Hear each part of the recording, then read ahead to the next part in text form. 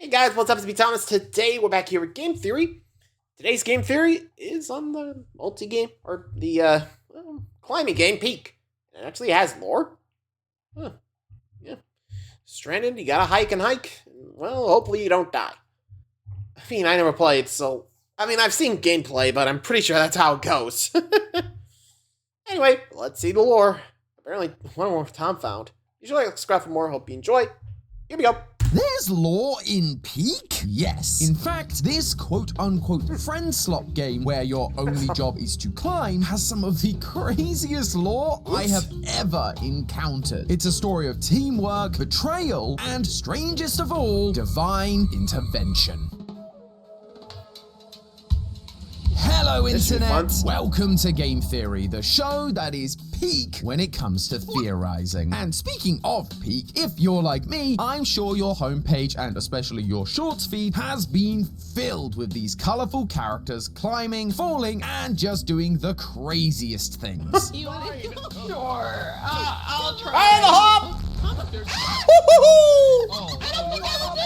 This, of course, is the latest multiplayer game to take the YouTube and streaming world by storm, Peak. It's actually taken over the internet so much, it spawned a new name for this genre of game. Friend slot. Now, I'm not in love with that name, but I do immediately understand what it means when someone says it. Goofy multiplayer games with proximity chat that are perfect for streaming. And Peak is exactly that. You and your fellow scouts crash on a deserted island, and your only goal is to get to the peak to be rescued. It's simple, it's silly, and I've had such a blast playing it on GT Live and with my friends on my own personal streams trying desperately not to die.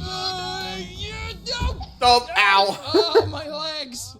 Dapper Mr. Tom Live on YouTube, by the way. But even when I'm just trying to have a laugh with my friends, the theory brain never fully turns off. And so, as I worked my way to the peak, I slowly began to notice small details that tell us that things might not be as simple as I was first led to believe. From small items we can find, to the different biomes, to a demonic scoutmaster that's trying to kill you, there is definitely lore here. We just need to make like a Boy Scout and work together to find it. So buckle those seatbelts, loyal theory scouts, because we are about to crash land on Lore Island and climb all the way to its twisty peak. As a scout, yeah, this is gonna be one heck of a ride. Jeez. Also, what the heck? Have you seen some of the biomes? I'm like, where the heck were you flying over?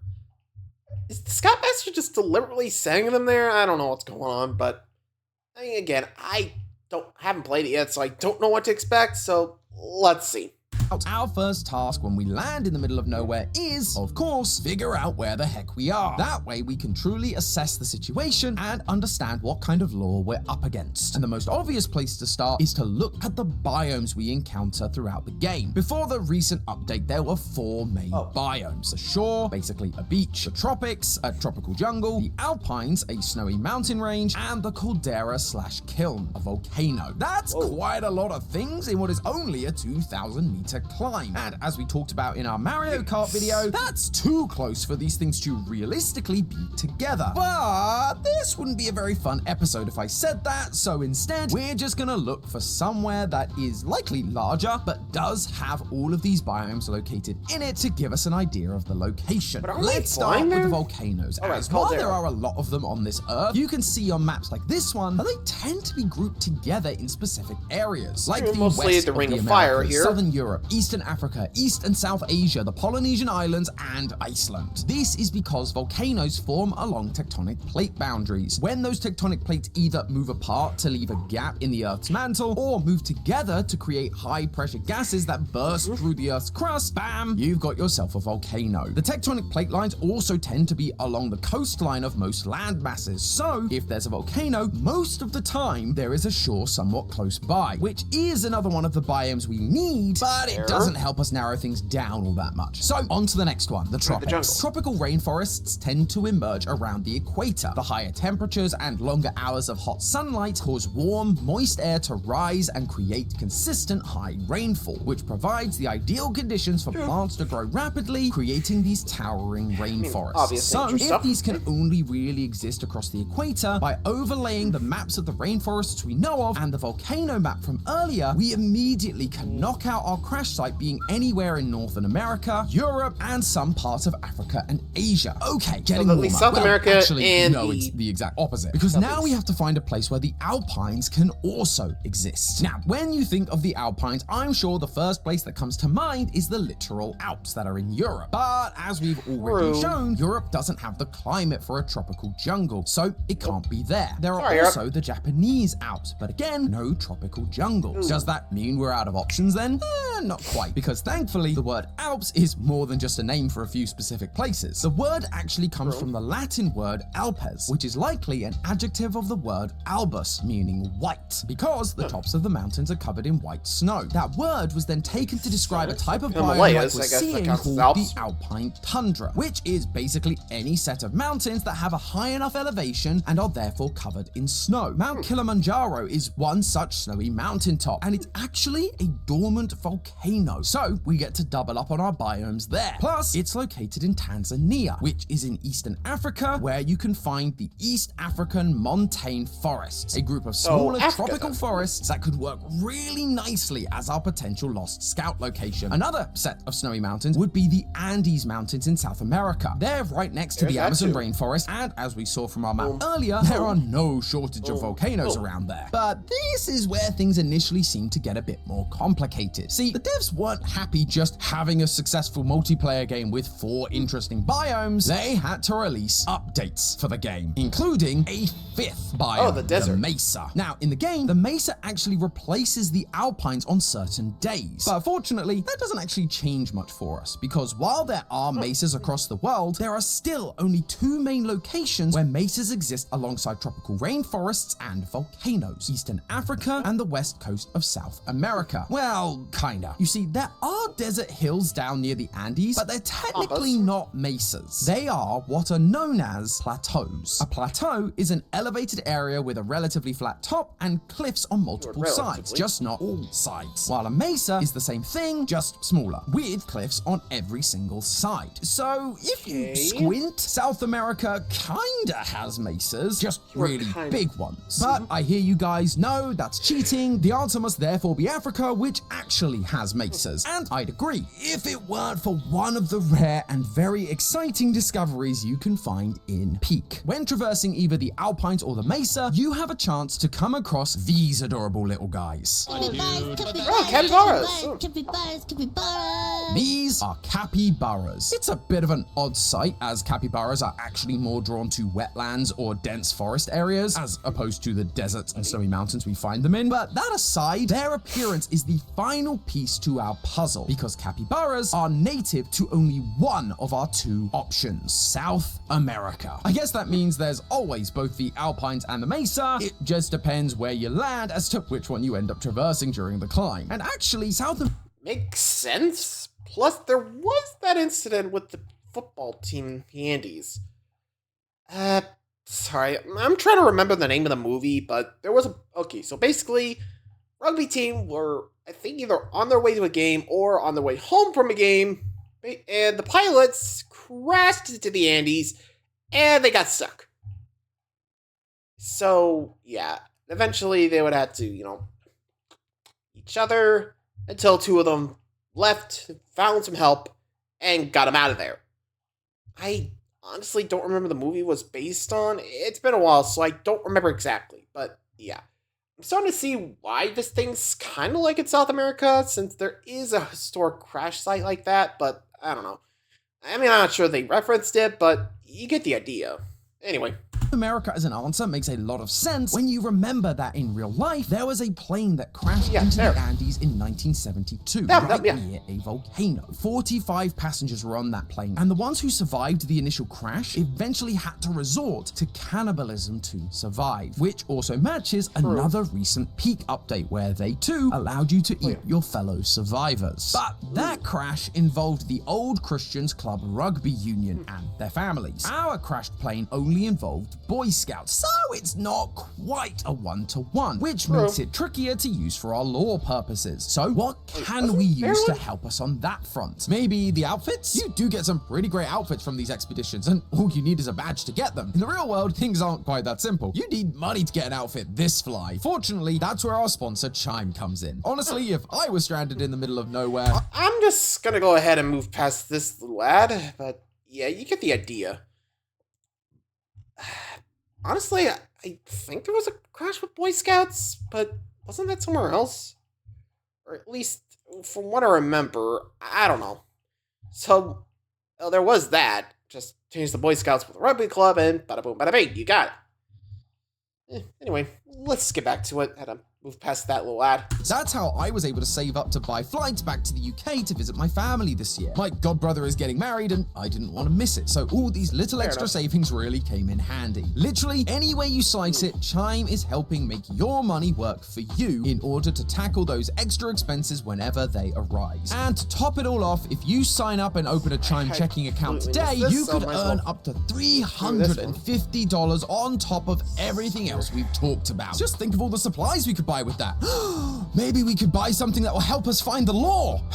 Maybe not. I guess we gotta keep exploring. So thanks again to Chime for sponsoring this video, but let's get on back to answering the question of where we can actually find the lore in Peak. Well, the answer once again comes down to the brand new update. Not only did the devs add the Mesa biome, they also hid a special little secret inside of it. Within a rocky outcrop, you have a chance to find a hole. Inside that hole are treasures beyond your wildest dreams. Stop it. Once you head on down, you enter what is called the Tomb. And after a bit of parkouring, you come face to face with an item known as the Ancient Idol. Now, given we're in South America, the idea that this kind of thing exists isn't all that surprising. The Inca Empire used to live across the Andes during the 15th century, and they used to build golden statues of their gods in order to worship them. To the Inca people, gold wasn't seen as a precious metal, it was a sacred substance that represented the sun's power. This tied in specifically to the god Inti, a young boy that was worshipped as the sun god. However, the ancient idol we find in Peak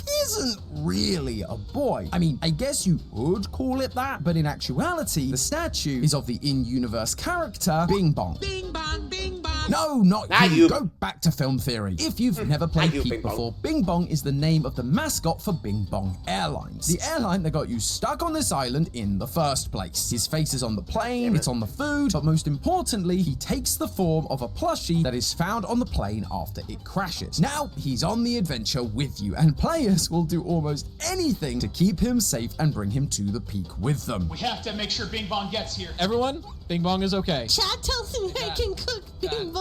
Don't you know? Okay, we won't. Me, do it for Bing Bong. Bing Bong, we did it. So then, if he's just the airline's mascot, why on earth is there an ancient idol depicting him? Could this? I mean, game-wise, they probably just saw players just bringing Bing Bong around and they're like, well, they already worship him like a god. Why not? I mean, probably, but who knows? Or heck, maybe the god inverse looks a lot like Bing Bong. They were like, oh, why not make our mascot out of him and call him Bing Bong? Also, it is kind of fun to say Bing Bong, Bing Bong, Bing Bong. I'll stop before I go Ice Age there. Move along. Be an instance of a cargo cult. There have been examples of cargo cults all throughout the 20th century, but one of the most widely known is from the Melanesian islands during and after World War II. Japanese forces, as well as Allied forces, landed on these islands, bringing with them medicines, clothing, food, weapons, and technology that the indigenous people of these islands had never seen before. These things were so advanced compared to anything they were used to, and with some of this cargo being dropped from the literal heavens, these visitors became like gods. However, eventually the war ended and those visitors went away, taking all of their supplies with them. The islanders were naturally confused as to why the airdrops weren't happening anymore, and the conclusion they landed on was because no one was running the airports that had been built by the visitors. So they started a cult that mimicked the behaviors and rituals they saw from these visitors, lighting up the runways with fire, waving signal cones, doing marching drills with wood carved to look like guns, all with the hopes of bringing back those they saw as gods and the gifts that came with them. In Peak, it is clear that we are not the first plane to have crashed on this island. During one of your climbs, there is a 95% chance that you will encounter a character known as the Looker. He is a fellow scout that crashed sometime on this island before you and just spies on you from a distance. He's certainly creepy, but not as creepy as another stranded soul you can find, or more terrifyingly, can find you. At the start of your run, there is a guidebook on how to survive the game, written by Scoutmaster Myers. It's pretty straightforward stuff. How to climb, how to point, and of course, rule 0, don't Never abandon a friend in need. Makes sense as a guidebook that any scout would carry. But as you reach the campfires at the top of each biome, there's a chance that you find journal entries written by the man himself, because he too crashed on this island. Again, these notes do give advice for survival, like which mushrooms will or won't poison you, how campfires work, and how you can bring your friends back to life. How wacky! But as you collect more of them, suddenly a darker truth begins to reveal itself. Not only did he crash here with his troop, but once they got to the Alpines, things started getting dicey. Bonus rule 5 tells us about a moon-shaped fruit he comes across that puts him to sleep. And when he wakes up in bonus rule ? All his scouts have left him behind. Slowly, he begins to go mad. He starves and becomes an undead-looking monster. Now, if you abandon your friends for too long, he will hunt you down and kill you. Oh, crap. Ow. It's actually pretty terrifying, but the point is that there have been a number of plane crashes on this island before ours, probably all connected to Bing Bong Airlines given the amount of suitcases lying around containing Bing Bong airline food. So it wouldn't be too outlandish to think that the indigenous people saw Bing Bong on the plane parts, on the food, and in plushie form and thought this must be their god. His face is everywhere, and so they created an idol to worship it in the hopes that it would bless them with more supplies and visitors, which I guess means it worked out. Except that would imply this idol is just that, an idol, a statue that doesn't have any kind of power. But that isn't the case. When you pick up this idol, it not only weighs a ton, but it grants you invincibility. You are now immune to all forms of damage, which is crazy powerful. But why does it give you that power if it's just a random cargo cult statue? Unless it's not just a statue. See, the Incans believed that their idols were way more than just golden carvings of their gods. They were a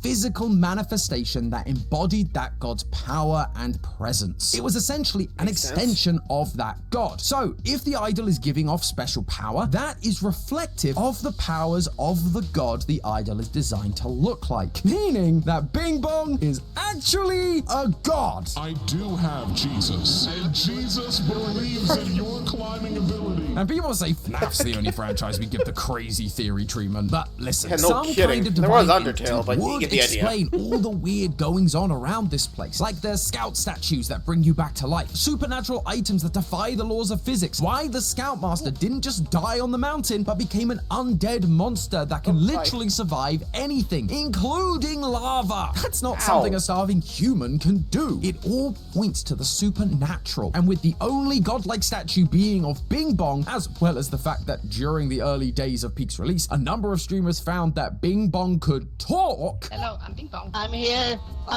Lips move when you talk, Bing Bong. Of course. Yours do too. It makes the most sense for that divine entity to be Bing Bong. He was talking to us through the plushie. The only thing this doesn't really explain is why would Bing Bong use his powers to curse the Scoutmaster when he was the victim? He was abandoned by his troop. Well, maybe. The answer lies not in Bing Bong himself, but in the main imagery that we see repeated across this island. The scouts themselves. The statues are scouts, the tombs have scouts on the walls, and every single crash we've learnt about or survivor we've seen has been involved in the scouts. Clearly, the scouts are important to this mystery. So I decided to pull out my old scout handbook to refresh myself on their practices. And what stood out to me were the foundational principles the scouts were built upon. The Scouts' Oath. It goes like this. On my honor, I will do my best to do my duty to God and my country, and to obey the scout law, to help other people at all times, to keep myself physically strong, mentally awake, and morally straight. Now, doesn't that sound familiar? It literally matches what we have to do when we land on this island. We have to work together to help each other. We have to remain physically strong in order to climb. We need to not eat things that will make us fall asleep, and we need to not betray each other. If you do all those things, you're almost guaranteed to get to the peak. Break any and you will surely fail. Our plane crashed to teach us these principles so that by the end, we would be better scouts. And Scoutmaster Myers, he failed this task. He fell asleep on the job, which is not very mentally awake, and he hadn't trained his scouts well enough, leading them to break their own oaths and not help him. He failed, and so they failed, leading to the god of this world, Bing Bong, to curse him and forcing him to punish those who also failed to keep their oaths. This mountain we climb isn't a random trail. It's a